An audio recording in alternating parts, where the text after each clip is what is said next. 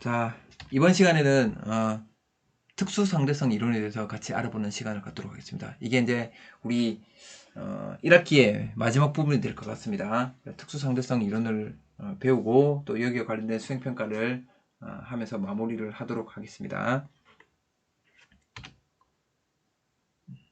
먼저 이번 단원의 학습 목표를 같이 보도록 하겠습니다. 이 시간과 공간의 상대성 부분에서는 다음과 같은 것들 여러분들이 알면 되겠습니다. 첫 번째가 모든 관성계에서 빛의 속력이 동일함을 알아야 됩니다. 빛의 속력이 어떤 관성계에서 보든지 항상 똑같게 측정된다는 것을 알아야 됩니다. 이게 이제 이 자연의 규칙인 거죠. 이 상대성 이론에 따르면 이 우주의 규칙은 모든 관성계에서 빛의 속력은 동일하게 측정이 된다는 것입니다. 그래서 이 말이 무슨 말인지, 이 관성계란 말도 새롭게 나오는 단어고, 이 말이 무슨 말인지 오늘 이번 시간 이해를 하는 시간을 갖도록 하겠습니다. 그 다음에 다음 시간에는 동시성, 그 다음에 시간 지연, 또 시간 팽창, 길이 수축 이런 현상들을 설명할 줄 알아야 됩니다.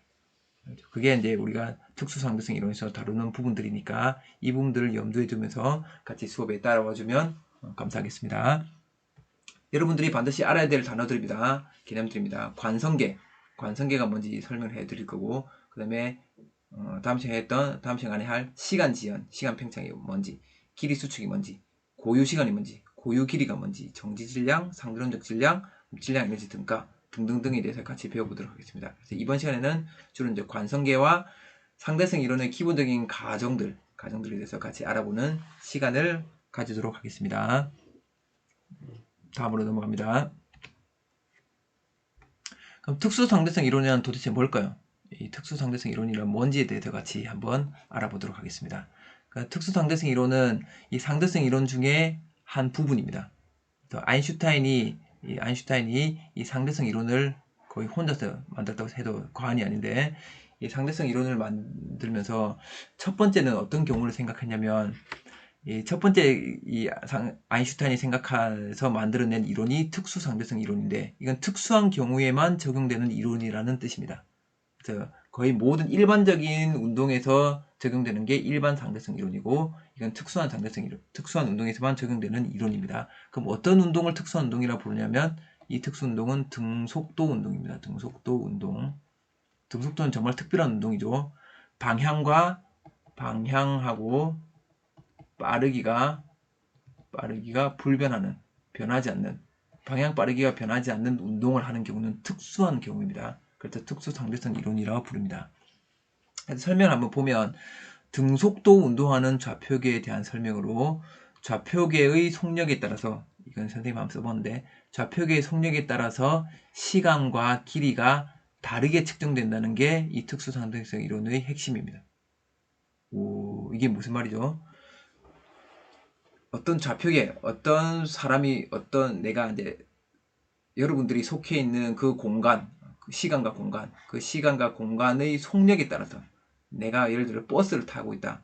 그 버스가 등속도로 운동하는데, 그 버스의 속력에 따라서, 버스가 움직이는 그 빠르기에 따라서 버스 안에서의 시간하고 길이가 이제 다르게 측정이 된다는 겁니다. 그래서 버스 밖에 있는 내가 측정하는 시간하고 길이하고, 나의 1초하고 나의 1m랑 버스 속에 있는 사람이 측정하는 1초랑 1m는 서로 다르다는 거죠. 아직도 무슨 말인지 잘 모르겠죠. 그러니까 사람들마다 다 자기만의 시간과 길이의 기준을 갖고 있다는 뜻입니다. 그동안에는 시간과 길이가 다 이 우주 전체적으로 다 통일된 거라 생각했었거든요. 여러분 다 그렇게 생각했죠. 뭐 미국에 있는 사람 시간이나, 아니면 저 우주에 있는 사람들 시간, 우주인들 시간이나, 아니면 저쪽 은하에 있는 시간이나, 모두 어느 장소에 있든지 시간은 다 똑같이 1초 째깍 이렇게 흘러간다고 생각했었죠. 하지만 이 특수상대성 이론에 따르면, 등속도 운동하는 나 외에 움직이는 곳에 있는 움직이는 곳에 있는 시계는 내 시계랑 똑같이 흘러가는 게 아니라 시간이 좀 다르게 흘러간다는 뜻입니다. 그 다음에 그곳에 있는 1m짜리 자의 길이는 나 1m짜리 자 길이랑 그런 등속도 운동하는 좌표계에 있는 1m짜리 자의 길이랑 길이가 다르다는 거죠. 그런 차이가 있다는. 더 이상 이제 시간과 길이가 모든 관성계, 모든 좌표계에서 공통된 값이 아니라 뭔가 다른 값을 가질 수 있다는 뜻입니다. 근데 이런 효과들은 빛의 속도에 가까울 때, 빛의 속도에 가까운 빠르기가 될 때 그 효과가 더 크게 나타납니다. 그러면 우리 지구상에 있는 그런 속도 엄청 빠른 물체들, KTX, 아니면 제트기, 초음속 비행기, 이런 것들은 아무리 빨라봤자 빛의 속도에 비교하면 거의 0에 가까운 속도이죠. 빛의 속도는 뒤에서도 우리가 하겠지만 3 곱하기 10의 8승 m/s입니다. 1초에 30만 킬로미터, 3억 미터를 갑니다. 1초에 3억 미터를 가니까 얼마나 빠릅니까? 그래서 이 속도에 비하면 지구상에서 가장 빠른 물체라도 빛의 속도에 비하면 거의 0에 가까운 거죠.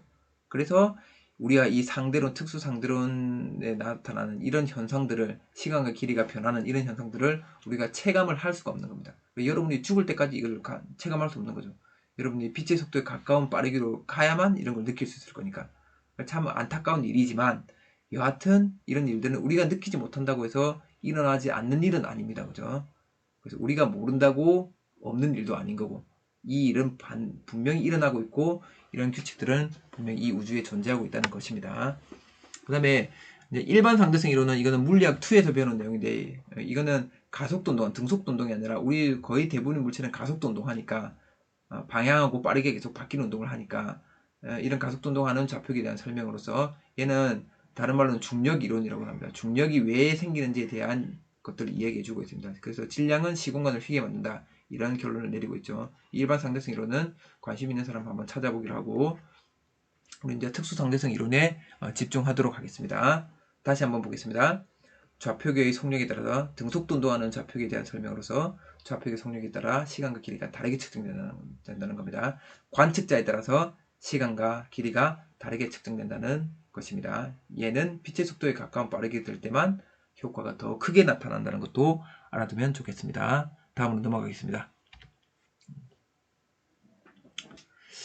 그래서 특수상대성 이론을 한번 정리를 해보면, 간단하게 한번 얘기해보면, 결론부터 먼저 얘기하고 그 내용들을 설명해 줄게요. 어느 누구에게나 시간은 공통된 것이라고 그동안은 생각했습니다. 어느 누구에게나 시간은 공통된 것이다. 그래서 뉴턴 같은 경우는 이 우주 전체에 이런 3차원 격자를 만들고, 격자를 이렇게 3차원 격자 같나? 이렇게 합니다. 요 각 점마다, 각 지점마다, 저마다의 시계들이 다 있는데,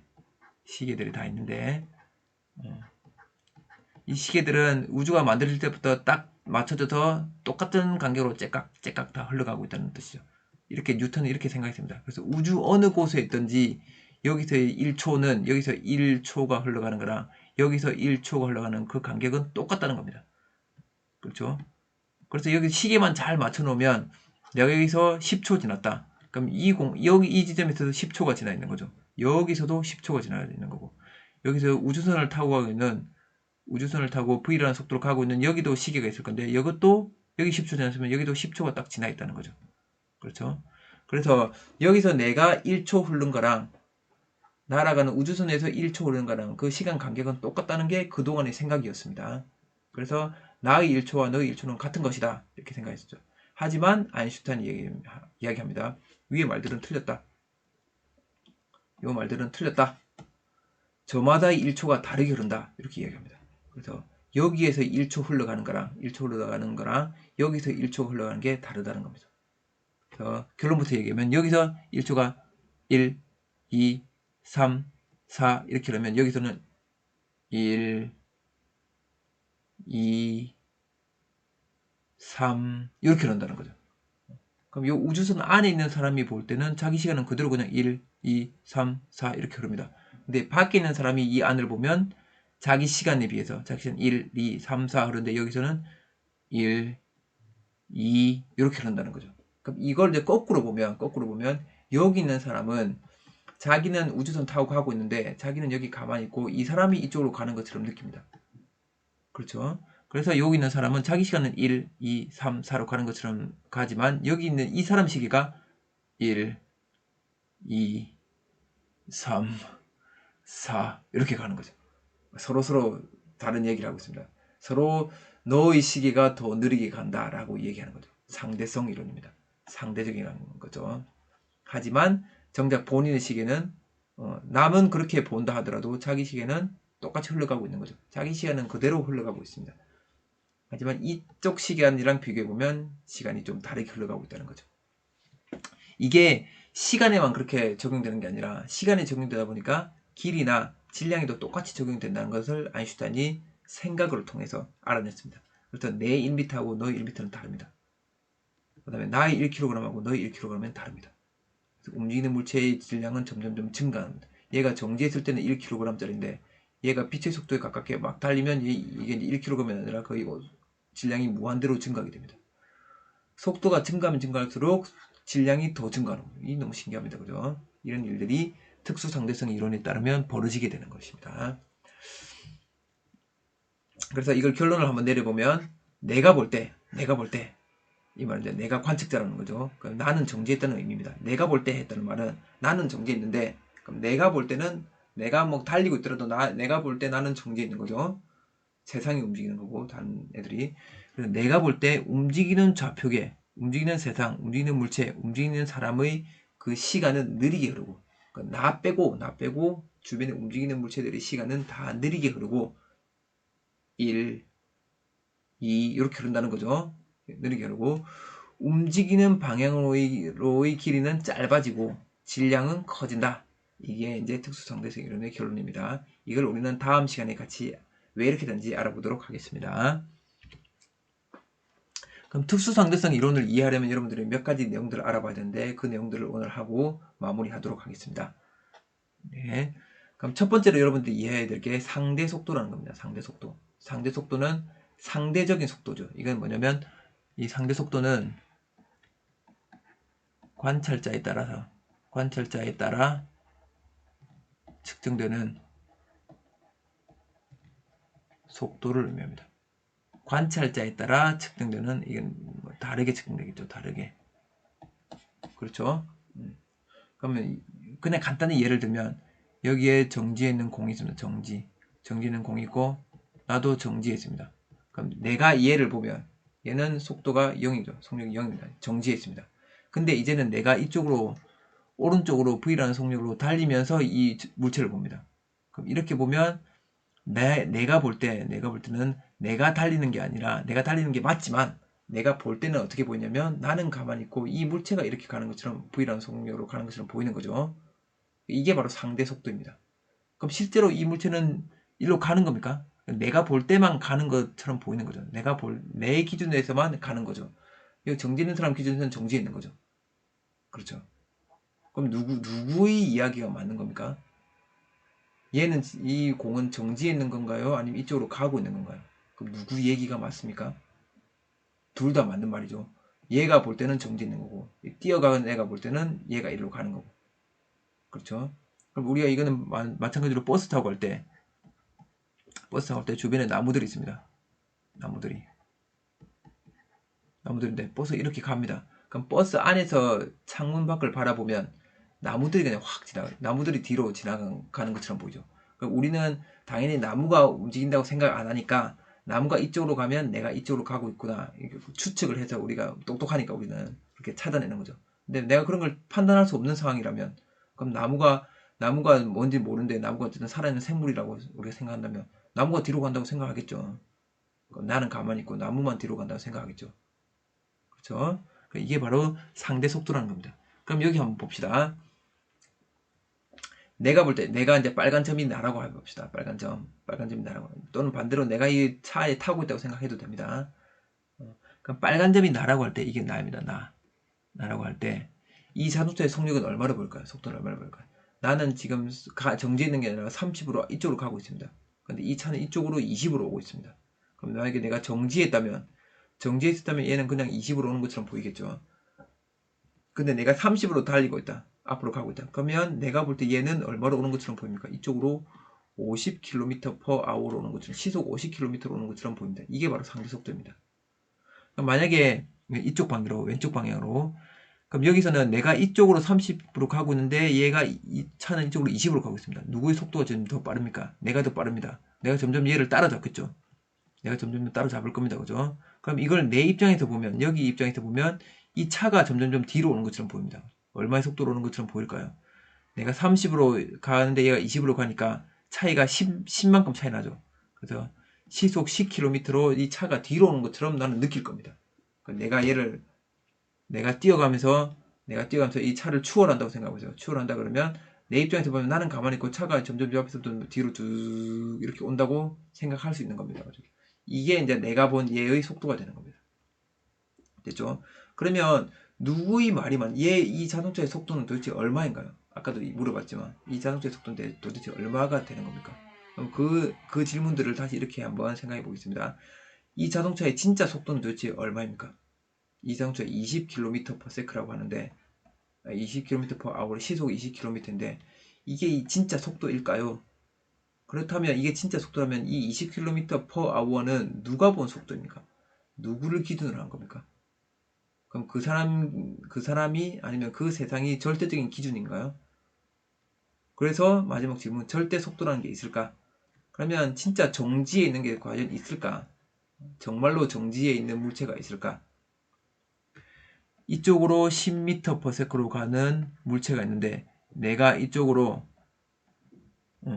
같이 10m/s로 뛰어가면서 이 물체를 보면 얘는 항상 계속 내 옆에 있는 거죠. 그럼 얘는 내가 볼 때는 정지에 있는 애입니다. 정지에 있는 애죠. 그렇죠? 그럼 진짜 얘는 정지에 있는 겁니까? 그냥 요 다른 땅에서 정지에 있는 애가 보면 얘는 10m/s로 가는 거죠. 그럼 내가 볼 때는 정지에 있는 거죠. 그렇죠? 그럼 얘의 진짜 속도는 얼마입니까? 그럼 이런 걸 생각해 보면 그래서 옛날 사람들이 이제 지구를 볼 때 지구에서 주변에 태양하고 뭐 달, 별들이 이렇게 움직이니까 요렇게 움직이니까 나는 가만히 있고 얘들이 움직이는구나라고 생각했었죠. 그래서 지구는 가만히 있고 다른 천체들이 움직인다. 그래서 천동설을 주장했습니다. 그러다가 코페르니쿠스라는 사람이 아니다. 지구가 도는 거다. 지구가 도니까 얘들이 움직이는 것처럼 보이는 거다. 라고 이야기를 했었죠. 그래서 실제로 우리는 이제 알고 있습니다. 지구가 도니까 얘들이 움직인다고 우리가 알고 있습니다. 그래서 이제 지구의 속도를 지구의 자전 속도를 우리가 구했죠. 근데 이제 태양하고 봅시다. 태양하고 지구를 보면 태양 주변을 지구가 공전을 이렇게 합니다. 공전을 하는데 그럼 이때 이제 지구의 속도가 나오겠죠. 공전 속도가 나오겠죠. 그럼 지구의 속도는 이게 지구의 속도입니까? 우리 지구에서 보면 지구는 움직이지 않는 거죠. 지구에서 보면 지구는 정지했지만 태양에서 바라보면 지구는 V라는 속도를 가집니다. 그렇죠? 그렇죠? 그럼 태양은 정지해 있는 거냐? 아닙니다. 태양도 우리 은하의 중심을 해서 이렇게 돌고 있습니다. 그렇죠? 그럼 태양도 움직이는 겁니다. 우리 은하의 중심에서 보면 태양도 움직입니다. 그럼 우리 은하의 중심은 가만히 있는 거냐? 아닙니다. 우리 은하는 또 다른 은하로부터 멀어지고 있습니다. 서로 또 쭉 멀어지고 또 다른 은하에서 보면 우리 은하는 이쪽 방향의 속도를 가지고 있습니다. 그러면 이 우주 전체적으로 보면 실제로 정말 정지해 있는 곳은 어디일까요? 없는 거죠. 그래서 이 우주에는 실제로 정지했다고 우리가 볼 수 있는 거, 진짜로 절대적으로 정지해 있는 곳은 있을 수가 없습니다. 그런데 옛날에 이제 사람들이 이런 걸 생각해 보니까 절대적으로 정지해 있는 곳이 있어야 될 것 같거든요. 없으면 안 될 것 같아요. 그러면 기준이 없으니까 저마다 다 자기 마음대로 속도를 이야기하고 해보니까 이 우주 전체에 특별한 기준이 없게 돼버리는 겁니다. 그래서 절대적으로 정지해 있는 뭔가가 있을 거다. 그래서 그걸 뭐라고 불렀냐면 사람들이 에테르라고 불렀습니다. 에테르. 에테르라는 액체가 눈에 보이지 않는 물질이 액체가 아니라 눈에 보이지 않는 물질이 형체도 없고 모양도 없고 냄새도 없고 향기도 없고 똑같은 말이네요. 질량도 없는 그런 알 수 없는 물질이 온 우주에 꽉 차 있다. 그래서 걔들은 절대적으로 정지한 관성계다, 좌표계다 라고 얘기를 했습니다. 알겠죠? 그래서 그걸 기준으로 속도를 다 얘기하면 된다 라고 이야기하고 이 에테르를 찾기 위해서 1900년대까지 계속 노력을 합니다. 그 이야기들을 한번 같이 살펴보도록 하겠습니다.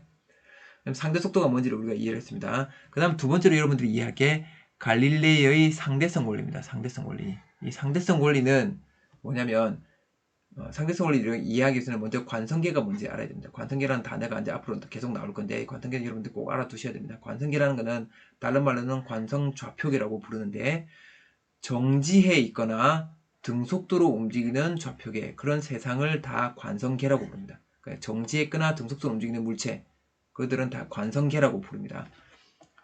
쉽게 예를 들면 버스를 타고 있는데 이 버스가 등속도로 움직인다. 그럼 이 버스 안의 세계를 관성계라고 부르는 겁니다. 관성계.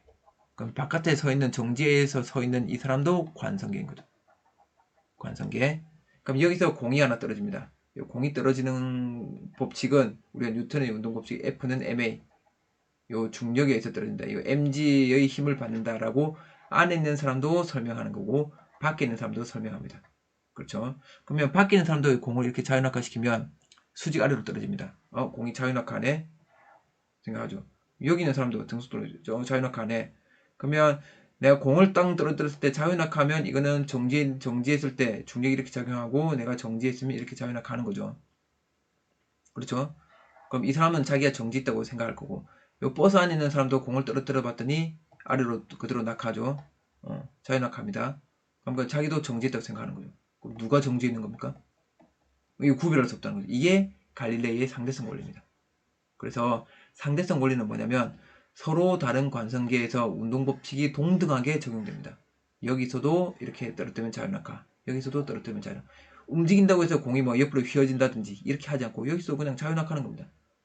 그렇죠? 버스가 가만히 정지했다가 얘가 등속도로 만약 가속을 하게 되면 속도 갑자기 확 빨라지면 내 몸이 뒤로 확 쏠리죠. 그럼 내가 움직이는지 알지만 얘가 등속도로 움직이면 속도의 변화가 없으면 안에 있는 나는 지금 내가 움직이는지 잘 모릅니다. 이걸 이제 쉽게 예를 들면 항상 그런 얘기를 많이 하는데 아인슈타인 이야기 나면 그런 얘기 많이 하는데 버스가 이제 창문이 없는 버스에서 태어난 아기가 있습니다. 아기 응애응애하고 태어났습니다. 이 아이는 태어날 때부터 버스 안에서 태어난 거죠. 이 버스는 V라는 속도로 가고 있었습니다. 그럼 창문이 없어서 자기가 뭐 움직이는지 안 움직이는지 잘 모르는 상황인 거죠. 그래서 자기가 어린 시절부터 물리 시간에 물리 수업도 배우고 해서 뉴턴의 운동 법칙도 다 배우고 모든 법칙을 배웠습니다. 법칙을 다 적용해 보니까 자기는 정지해 있는 관성계입니다. 정지하에 있는 관성계입니다. 그런데 어느 날 여기서 틈이 하나 생겨서 창문을 하나 만들게 되었습니다. 창문을 딱 만들어 봤더니 바깥에 있는 나무들이 뒤로 확확 움직이고 있습니다. 그럼 뭐라고 생각할 거예요? 이 사람이 생각하는 거는 나는 정지했으니까 나는 정지했고 여기는 나무들이 움직이는 거다. 저 나무들은 걸어 다닐 수 있는 모양이다. 나무들이 움직인다. 라고 얘는 생각하는 거죠. 그렇죠? 근데 밖에 있는 사람이 보면 이 밖에 있는 사람이 보면 자기는 정지했고 이 버스가 가는 거죠. 그렇죠? 그럼 이 사람이 진짜로 정지하는 거냐, 이 사람이 진짜 정지하는 거냐, 아무도 판단할 수가 없다는 겁니다. 그래서 나 자신이 지금 정지했는지 움직이는지 판단할 수 있는 방법은 없다는 거죠. 알겠죠? 그게 바로 상대성 원리입니다. 내가 정지했는지 등속도 운동하는지 알 방법이 절대 없습니다. 어떤 물리 법칙을 써도 여기나 다 똑같이 적용이 되기 때문에 똑같게 나타나기 때문에 알 수 없는 겁니다. 그래서 이 차 안에 있는 사람이 이 차가 지금 이 열차가 앞으로 가고 있는 건지 이 뒤에 있는 세계가 뒤로 가는 건지 아무도 모른다는 거죠. 이게 바로 상대성 원리입니다. 이런 생각을 한번 해본 적 있나요? 없죠. 여러분들은 다 나를 기준으로 다 판단합니다. 그래서 사람들이 다 자기 기준으로 판단해버립니다. 나는 정지했고 다른 애가 움직인다 라고 이야기를 하고 저마다 자기의 기준으로 다 얘기하는 거죠. 그러면 이 우주는 대혼란에 빠질 것 같습니다. 그죠? 기준이 없으니까 저마다가 기준이 되니까 큰일 나죠. 그래서 그런 걸 이제 해결을 해야 됩니다. 어떻게 해결하는지 한번 같이 봅시다.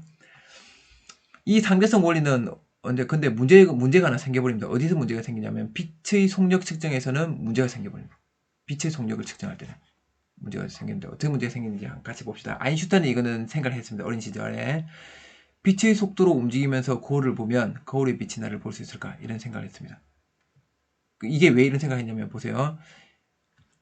이 사람이 가는데 이제 거울에서 비친 자기 스스로의 모습을 보고 싶습니다. 그럼 일단은 빛이 여기에 비쳐서 반사되어서 거울 쪽으로 가야 됩니다. 그럼 반사되어서 거울 쪽으로 갈 때 이건 빛 속도로 갑니다. 빛 속도. 근데 내가 지금 빛 속도로 가고 있죠. 그쵸? 빛 속도로 가는 걸 내가 빛 속도로 따라가니까 이 빛은 내가 볼 때 어떻게 보여야 됩니까? 정지 있는 것처럼 보여야 되죠. 아까 얘기했죠? 여기서 V라는 속도로 가고 있는데 내가 이쪽으로 V라는 속도로 뛰면서 보면 이 물체는 항상 내 옆에 있는 거죠. 정지는. 이 애는 앞으로 갈 수가 없습니다. 그럼 역시 마찬가지로 여기서 반사된 빛도 내가 그 빛의 속도로 따라잡아서 가고 있으면 이 빛은 거울에 도달하지 못하고 항상 그냥 내 눈앞에 있는 거죠. 그렇죠? 나로부터 벗어나지를 못합니다. 그럼 나는 여기서 거울을 볼 수 없는 거죠. 근데 이걸 만약에 내가 정지해서 보면, 가만히 서서 이 거울을 보면 난 거울에서 비친 내 모습을 볼 수 있습니다. 그렇죠? 그럼 이렇게 되면 정지한 상태에서는 거울을 보면 거울에 비친 나를 볼 수가 있습니다. 만약에 이렇다고 한다면 상대성 원리에서 위배가 되는 겁니다. 왜냐하면 상대성 원리에 따르면 내가 정지했는지 등속등도했는지 알 수가 없다고 그랬죠. 근데 이 경우는 내가 거울만 보면 바로 알 수 있는, 거울을 보면 내가 거울을 볼 수 없으면 내가 움직이는 거고, 거울을 볼 수 있다면 난 정지해 있는 거고, 그럼 그렇게 구별해서 바로 돼버리는 겁니다. 그럼 이거는 상대성 원리에 맞지 않습니다. 그래서 아인슈타인이 생각할 때 이런 빛의 속력 문제가, 빛의 속력이 측정할 때, 그러면 여기서도 내가 거울을 보려면 여기서도 빛의 속력은 그야말로 내가 정지했을 때처럼 빛의 속력을 보여야 된다는 거죠. 그럼 그렇게 되려면 이 빛의 속도는 왜 움직이는 사람이 보든지 정지했는 사람이 보든지 다 상대 속도로 안 보이고 그냥 항상 똑같이 빛의 속도로 보이냐? 이거는 상대성 원리가 위배되는데, 그럼 이런 걸 보완할 수 있는 방법이 뭐냐? 이런 거에 대해서 고민을 하게 되는 거죠. 그 다음에 아인슈타인이 이제 커서는 어떤 것들을 생각하냐, 어떤 것들을 보냐면, 맥스웰이라는 과학자가, 아인슈타인이 가장 존경하는 과학자입니다. 맥스웰이라는 과학자가 방정식을 만드는데, 전자기파의 전기와 자기에 대한 방정식을 만들었는데, 거기서 빛의 속력은 C로 계산이 됩니다. 빛의 속력이 C 값으로 약 30만 킬로미터 퍼 30만 킬로미터 퍼 세컨드, 초속 30만 킬로미터로 계산이 됩니다. 이건 계산을 했습니다. 그럼 이 계산이란 말은 내가 뛰어가면서 계산하든지 정지해서 계산하든지 어쨌든 어느 관성계에서든 빛의 속력은 C로 계산이 된다는 거죠. 그럼 도대체 이 C는 어느 관성계를 기준으로 하는 속력일까요? 이거에 대해서 또 고민을 하게 되는 거죠. 그래서 그 당시에 이제 사람들에게 널리 알려진 에테르의 존재에 대해서 에테르를 기준으로 한 속력이다 라고 사람들은 생각했는데, 아인슈타인은 그게 아니라고 생각을 하게 되는 거죠. 알겠나요? 그래서 이 상대성 원리가 뭔지 여러분들이 이제 잘 이해를 하고 있어야 됩니다.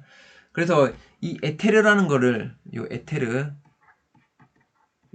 이 우주의 절대적인 기준이라는 이 에테르의 존재를 찾기 위해서 이 마이컬슨이라는 사람하고 몰이라는 사람이 실험을 하게 됩니다. 에테르의 존재를 증명을 했습니다. 하지만 실패를 해버립니다. 그럼 에테르의 존재를 어떻게 증명했냐? 지구가, 태양 전체가 우리 은의 중심으로 태양이 이렇게 돌고 있다 그러죠. 그럼 이 전체에 지금 에테르가 깔려 있으니까 우리 태양계는 에테르를 가로질러서 지금 가고 있는 중입니다. 그러면 우리 태양계 입장에서는 에테르가 지금 이쪽으로 막 흐르고 있다고 생각할 수 있는 거죠. 에테르가 흐르고 있습니다. 그 와중에 또 지구는 공전을 합니다. 공전하니까 에테르가 흐르는 방향대로 같이 따라갈 수도 있고 반대 방향으로 지구가 공전하게 됩니다. 그러면 각 지점에서 에테르가 흐르는 방향은 다 다릅니다. 지구와 다 어쨌든 에테르가 흐르는 방향은 다 다르게 되죠. 그러면 에테르를 따라서 빛이 진행한다고 그때 사람들은 그렇게 믿었었거든요. 그러면 에테르가 지구에서 관측할 때마다 에테르의 방향이 흐르는 방향이 다 다르면 여기를 지나가는 빛도 다 속도가 바뀌고 방향이 달라지지 않을까 해서 각 지점에서마다 이 빛을 쏴가지고 빛의 진행 경로를 한번 파악을 해보는데, 어느 지점에서 1년, 3년 동안 측정을 해봐도 빛의 속도에 변함이 있는 것을 발견하지 못했습니다.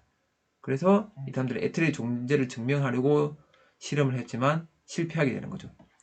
근데 이 실패가 어떤 의미를 가지냐면, 지구 공전에 따른 빛의 속력 변화를 관측을 못했다는 거고, 이걸 아인슈타인이 어떻게 해석을 하냐? 에테르는 당연히 없는 거고, 에테르는 없다고 일단 우리가 보고, 에테르는 없으며 빛의 속력은 관측자의 관계에서 어디서 측정하든 관측자의 관계없이 항상 일정하다, 이런 결론을 내려버립니다. 그래서 이런 것들을 종합해서 아까 상대성 원리랑 마지막에 마이클슨 몰리 실험, 이런 것들을 다 종합해서 특수 상대성 이론을 위한 두 가지 가설을 세우게 됩니다. 그게 뭐냐면, 이걸 여러분들 이제 잘 알고 이번에 마지막으로 알고 넘어갔으면 좋겠습니다. 아인슈타인의 특수 상대성 이론 가설입니다. 가정입니다. 가정. 다른 말로 공리. 이건 뭐냐면 증명할 수 없는 겁니다. 이 두 개는 증명할 수 없는 거. 그러니까 그냥 진리라고 보자. 이렇다고 보자 하는 겁니다. 이렇다고 보고 세상을 한번 바라보자. 이렇게 아인슈타인이 제안을 하는 겁니다. 그러니까 요 두 개는 그냥 증명할 수 없는 겁니다. 그냥 진실로 받아들이는 겁니다. 진리로 받아들이는 거. 알겠죠? 꼭 뭐란 거냐면 점과 점 사이를 연결한 거는 선이라고 부른다. 점과 점 사이를 선이라고 하자. 이게 정의죠, 정의. 선의 정의입니다. 그럼 이거는 우리가 증명을 할 수가 없습니다. 이거는 그냥 우리가 약속한 거니까. 공리입니다, 공리. 마찬가지로 상대성 원리나 광속불변의 원리도 증명할 수 있는 게 아니라 일단 이렇다고 보자. 이 세상은 이렇게 돼 있다고 보자. 지금까지 나름대로 다 유추해 보니까 이렇다고 보자. 라고 얘기하는 겁니다. 이렇게 놓고 보면 특이한 일들이 많이 벌어진다는 거죠. 첫 번째, 상대성 원리. 우리 앞에서 했습니다. 모든 관성계에서 물리 법칙은 동일하다. 상대성 원리는 그런 의미입니다. 그래서 내가 정지에 있는, 이걸 풀었으면 내가 정지에 있는지 등속도로 움직이는지 알 방법은 없다. 절대적으로 정지한 관성계는 없다는 거죠. 속도가 0인 관성계는 없는 겁니다. 그렇죠? 관측자에서 모든 속도는 다 상대 속도가 되는 거죠. 상대 속도. 상대 속도가 되는 겁니다. 알겠죠? 정지에 있는지 등속도로 움직이는지 알 방법이 없습니다. 두 번째, 광속불변의 원리입니다. 모든 관성계에서 빛의 속력은 일정하다. 아까 에테르 관측하려고 했던 마이클슨 몰리 실험, 그 다음에 아인슈타인 생각했던 여러 가지. 내가 빛의 속도 각각이 달리면서 거울을 보든 정지해서 거울을 보든 나는 거울에 비친 내 모습을 볼 수 있다는 거죠. 그래서 그게 바로 광속불변의 원리입니다. 빛의 속력은 항상 C로 일정하다. 진공에서 빛의 속력은 항상 C로 일정하다. C는 값을 얼마냐면 2억9,979만 2,458m/s. 약 30만 km/s입니다. 지구를 1초에 7바퀴 반을 돕니다. 이거는 3 곱하기 10의 8승 m/s입니다. 이 정도 빠르기입니다. 이거는 좀 외워두면 좋을 것 같습니다. 진공에서 빛의 속력입니다. 그래서 어떻게 보든 모든 관성계에서 빛의 속력은 항상 C로 보인다는 거죠. 알겠습니까? 예를 들어 봅시다. 빛이 이렇게 30만 km/s로 오고 있습니다. 빛이 오고 있는데 내가 이쪽으로 20만 km로 가면서 봅니다. 그럼 원래는 합치면 50만 km/s로 보여야 되죠. 근데 그렇게 안 보인다는 겁니다. 이 우주선에서 봐도 달리는 우주선에서 봐도 빛의 속력은 그냥 30만 km/s입니다. 그러니까 그 말은 뭐냐면 지금 지가 가고 있는지 정지인지 모른다는 거죠.